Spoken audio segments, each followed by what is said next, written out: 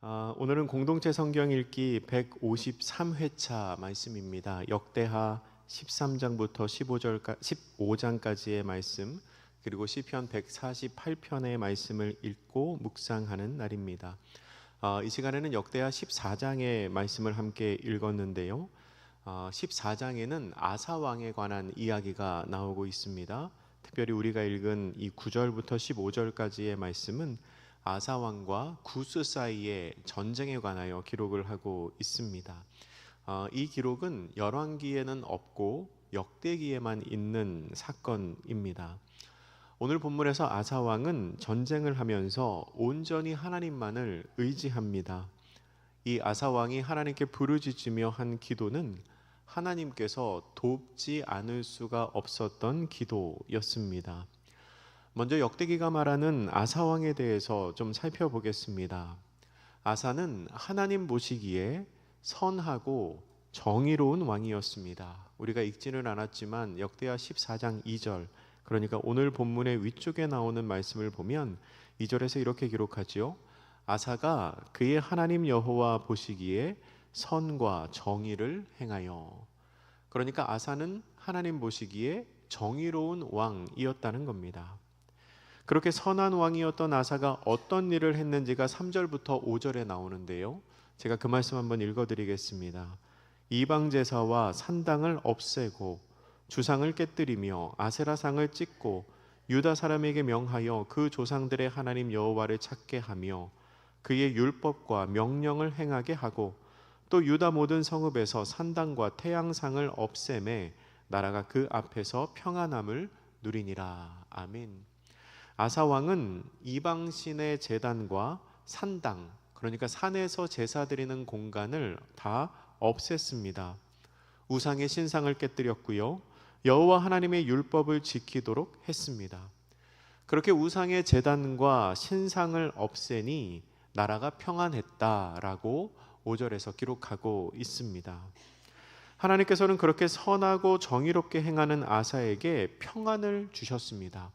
6절이 이렇게 기록하고 있습니다. 여호와께서 아사에게 평안을 주셨으므로 그 땅이 평안하여 여러 해 싸움이 없은지라 그가 견고한 성읍들을 유다에 건축하니라. 아멘.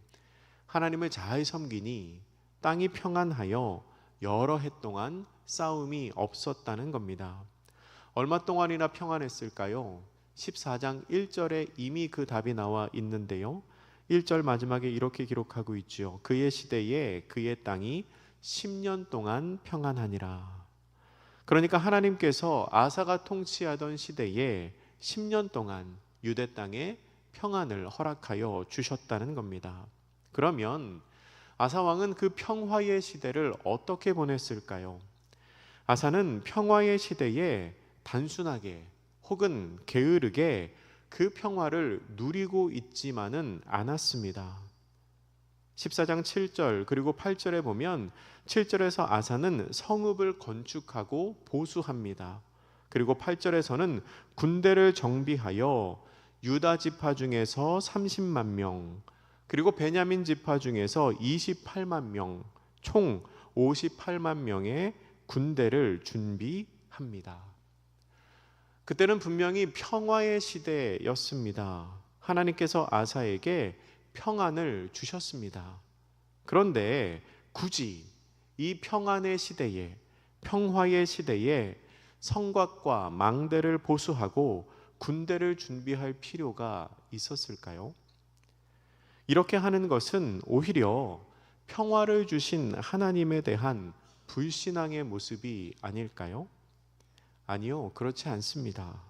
이것은 하나님이 주시는 평화의 시대를 유지하며 미래에 있을 수도 있는 전쟁을 대비하는 조치였습니다. 하나님께서 평화의 시대를 주신 이유가 오히려 평화롭지 않은 시기를 대비하기 위함임을 아사 왕은 알고 있었던 것입니다. 한편으로 아사는 지금 자기가 해야 할 일을 하고 있습니다. 정확히 말하면 사실 이건 당연한 거지요.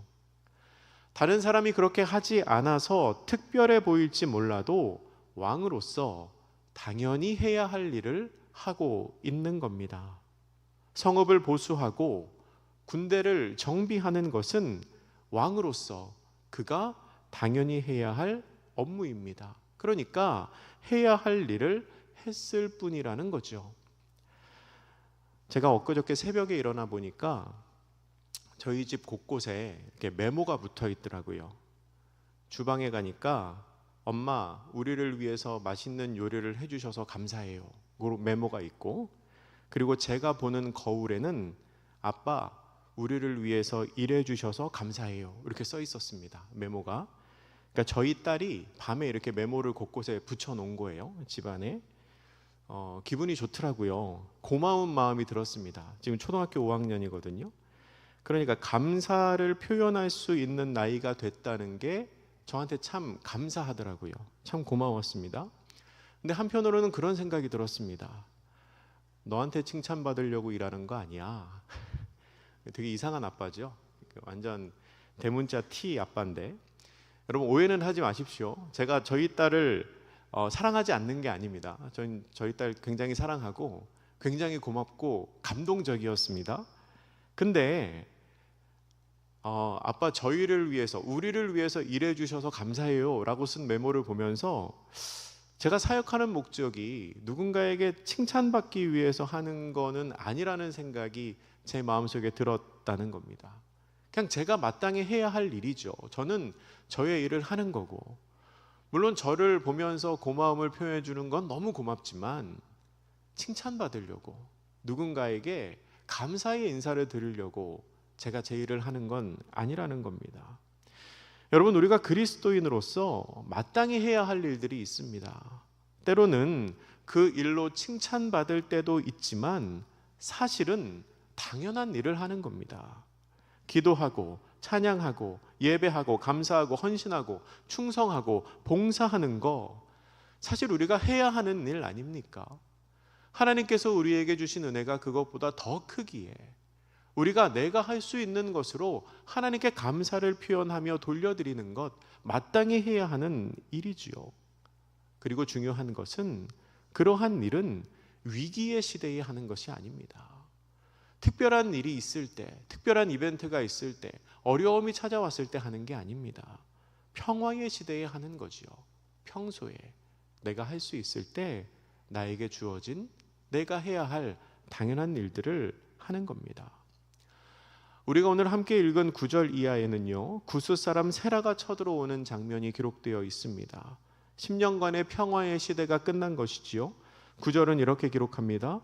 구스 사람 세라가 그들을 치려하여 군사 100만 명과 병거 300대를 거느리고 마레사에 이르매. 세라는 군사 100만 명 그리고 병거 300대를 이끌고 전쟁을 하러 옵니다. 어마어마한 대군이지요. 아사 왕도 평화의 시기에 군대를 준비하기는 했지만 단순히 숫자만 놓고 보아도 아사의 군대는 이 구스 사람 세라의 군대의 절반밖에 되지 않습니다. 게다가 아사의 무기는요, 8절에 보면 큰 방패와 창, 작은 방패와 활이라고 기록됐는데, 이 구스 사람들은 어떤 무기를 가지고 옵니까? 병거를 끌고 오지요. 병거는 지금으로 치면 탱크와 같은 겁니다. 그러니까 남유다는 소총으로 무장을 하고 있는데 이 사람들은 탱크를 가지고 온 거예요. 아사왕은 자신의 군사력이 세라의 군대에 미치지 못한다는 것을 알았습니다. 그래서 하나님께 기도하기 시작합니다. 아사가 기도하는 오늘 본문의 11절을 우리 같이 한번 읽어보겠습니다. 시작. 아사가 여호와께 부르짖어 이르되 여호와여,